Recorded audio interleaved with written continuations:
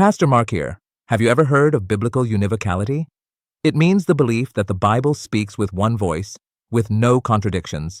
Some folks seem to need it that way. They argue that if it isn't perfectly consistent, it can't be perfectly true, which isn't true. But real Bible scholars take it for what it is, a collection of writings by many different people over about 1100 years. Different authors, different times, different goals. It's not one voice, but many. And no, it's not perfectly true either.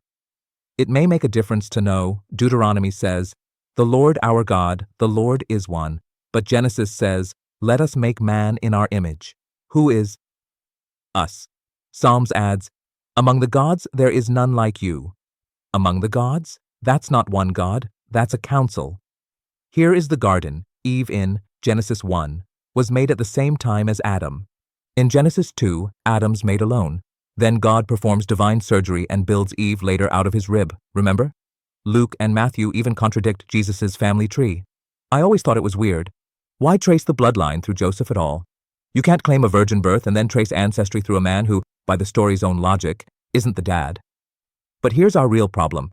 Constantly arguing over who's right keeps us from something much more important, treating each other with love and respect. Try humanism, living in reason and reality. Love humanly, give humanly, and experience the human life. You know? Because we're human. See you next time.